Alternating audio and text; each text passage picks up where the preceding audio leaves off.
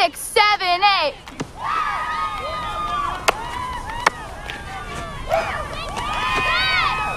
Don't hurt yourself. Welcome back to Choco Cinema, where every single Monday of the month we dive into a film tied to a genre. And since it's still February, you know that means it's Romance Month. So today we're going to take a look at one of the biggest, most star-studded romantic comedies, which I probably should have covered last week because of how the holiday fell, Valentine's Day 2010. This movie is like a box of assorted chocolates. Some bites are sweet, some are just hollow, and a few just make you wonder what's going to be inside. Not all of them though, because this movie's alright. It's okay. It's overloaded with stars, storylines, and cliches, but somehow there is something lovable about the chaos. So let's unwrap it. Not bad, soldier. Valentine's Day was released in 2010, directed by Garry Marshall, the same guy who gave us Pretty Woman and The Runaway Bride. And the cast is basically every major Hollywood name of those late 2000s. You had Julia Roberts, Bradley Cooper, Jennifer Garner, Ashton Kutcher, who I forgot was in this film, Jessica Alba, also forgot was in this film, Anne Hathaway, Taylor Lautner, Taylor Swift, and that's not even half of the cast. The idea was pretty simple: follow several interconnected love stories all happening in Los Angeles on the most romantic, or overrated if you would, day of the year. The movie plays like a love web. You've got couples breaking up, falling in love, getting engaged, confessing secrets, and realizing that they're dating the wrong people. It's the kind of structure that feels like 5 rom-coms crammed into one, because some stories are gonna hit here, and others are gonna feel like filler, which is mostly where a lot of people don't like this film. But there is always something happening in this movie. It's like Love Actually, but with more traffic and less British charm. Now, like I said, let's be honest, Valentine's Day is not a perfect film. It's very bloated because of all these stars, very predictable, and a little too eager to please. But if you do take a step back, there is something refreshing about its optimism. It's a movie that says, yeah, love is going to be messy, but let's celebrate it anyways. You've got Ashton Kutcher running around as a florist, realizing he might be in love with his best friend.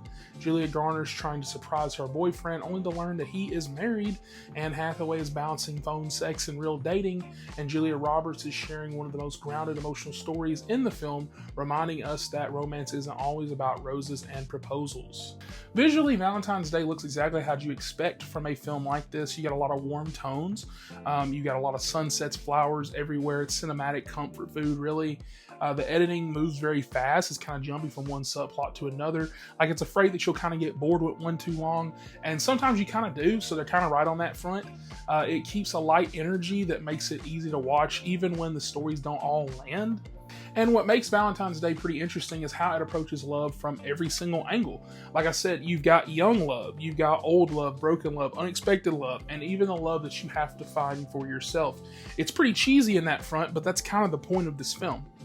One of the best moments in the film is when characters realize that they don't, or that Valentine's Day doesn't always mean being with someone. Sometimes it's about figuring out what kind of love you actually really need. Out of this huge cast, a few stand out. Jennifer Garner gives one of her most memorable performances to date. She's very funny, emotional, and grounded. Anne Hathaway brings a ton of charm to her scenes, like she did in most of her 2000s films. And Julia Roberts is just a few minutes of screen time, steals the whole show with genuine warmth. Shark, you are good at this game. Not really. Just witnessed a tactical game of reading your opponent and adjusting accordingly. Taylor Swift and Taylor Lautner is kind of where the movie goes full 2000 time capsule, especially looking back at that now. It's very awkward, very silly, and kind of perfect for what it is in a movie like this. Now, diving into the chaos underneath, Valentine's Day is really about connection, and about no matter who you are, single, married, heartbroken, or confused, everyone is just trying to figure out love in their own way. And it's not really going to be a deep film for you if you haven't watched this before, but it is going to be pretty sincere, and sometimes sincerity is all a rom-com really needs. Valentine's Day is far from perfect. It's pretty messy, overcrowded, and way too long, but it's got some heart. It captures that strange mix of excitement and disappointment that the holiday brings around this time of year. And it's not about flawless storytelling. It's about the feeling of love being everywhere, even if it's not always what you expected. It's a movie that might not make you fall in love, but it'll remind you why people keep trying anyways. And that does it for this Choco Cinema for this Monday. Like I said, probably should have done this one last week, considering that a holiday fell on a Saturday, but we're still covering it. Next week, I do actually, for once, know what movie we're talking about. We're talking about The Proposal, mainly because it's a movie I haven't seen in a while, and I kind of feel the urge to watch that one. And so, yeah, like and subscribe if you enjoyed this video. If you really enjoyed this video, we've got a playlist also where you can go and tune in on all the Choco Cinema. There's only been a few of them. It's a new series we just started this month. And if you got your eye out on other projects on the channel, we've got some other series out there. We got some Pixel and Popcorns where I kind of do this, but we're just talking about random movies. So the last one we did last week was Last Action Hero. This week we're doing The Warriors, which I'm very excited to watch for the first time. And yeah, with that, like and subscribe for more, and I will catch you guys on the next one.